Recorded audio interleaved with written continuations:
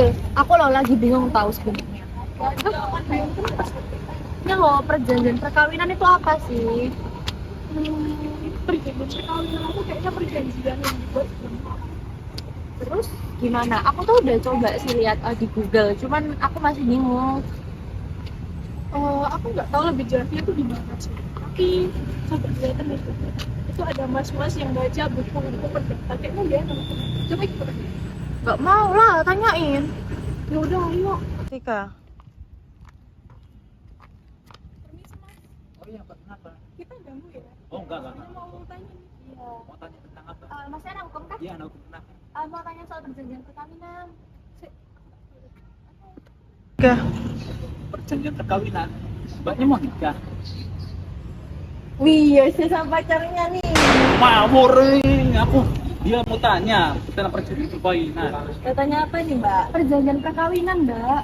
Oh alah, jadi perjanjian perkawinan itu yang dibuat, keputusan yang dibuat oleh calon suami dan calon istri yang mengatur hak dan kewajiban tentang kekayaan.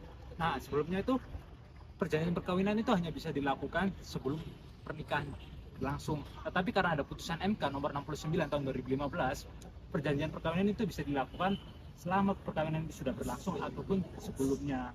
Ya betul gitu. Emang kalau nggak bikin nggak boleh? Boleh-boleh aja, tapi kan nanti kalau misalnya ada permasalahan mengenai harta kekayaan kan ribet jadinya. Terus tujuannya buat apa? Bikin perjanjian perkawinan. Tujuan perjanjian itu dibuat untuk mencegah konflik antar pasangan, terus perselisihan saat terjadi perceraian, serta memberikan keleluasaan untuk mengatur kekayaan tanpa meminta persetujuan pada pasangan, serta untuk hutang yang dibuat satu pihak tidak memberatkan pihak yang lain.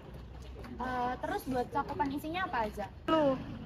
Ada banyak isi perjanjian, biasanya pemisahan harta, pemisahan keuntungan dan kerugian, atau keterangan lainnya yang disepakati selama tidak melanggar hukum, agama, dan kesusilaan. Wah, paham. Itu ya Yos, aku tinggal Oke, mau ada gampang. kelas. Terima kasih ya, Mbak. Iya Mbak, semoga paham ya. Iya. Nah, gitu Mbak, tadi yang sudah dijelasin sama saya Rika. Ada lagi yang mau ditanyakan tentang perjanjian perkawinan? Masih ada sih, tapi masnya masih ada kelas atau gimana? Oh, kalau untuk hari ini nggak ada sih, nggak ada kelas sama aja. Tinggal apa nih? Kamu lama, kamu nggak mau tanya tadi? Mau sih, aku kepo soalnya. Aku mau tanya nih, kira-kira apa sih keuntungannya kalau kita bikin perjanjian perkawinan? Oh, keuntungannya banyak Mbak. Dapat dilihat dari pasal 36 Undang-Undang Nomor 1 Tahun 1976. Nah, di situ dapat dijelaskan di dalam undang-undang itu membahas tentang pembagian harta kekuasaan antara suami dan istri. Nah, di situ juga dapat berupa bisa hibah ataupun warisan, dan itu menjadi harta milik pribadi, bukan harta bersama lagi. Saya mau duduk dulu ya.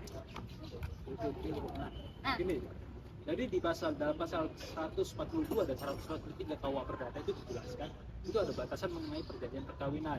Nah, isinya itu apa? Membatasi misalnya kalau misalnya mengalami persengketaan mengenai tentang harta gunung ini.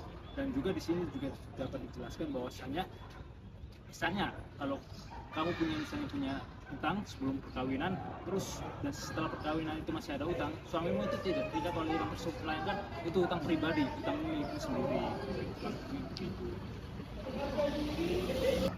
Nah, sedikit informasi Mbak, nih kalau lebih penting lagi misalnya Mbaknya kalau mau nikah sama orang luar atau WNA, itu harus melakukan perjanjian perkawinan.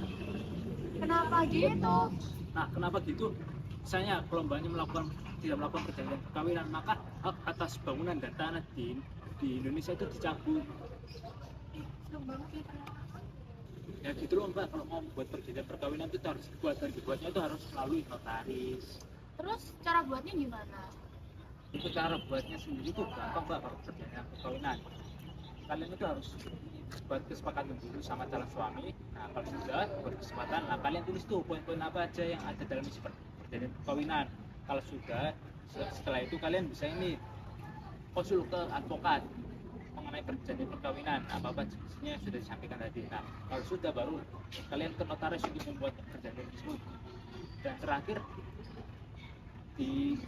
dilapor ke KUA ataupun melakukan pelaporan ke pencatatan sipil sebelum nikah atau sesudah.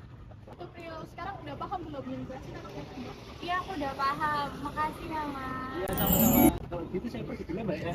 Makasih juga Iya, ya, oke. Mas.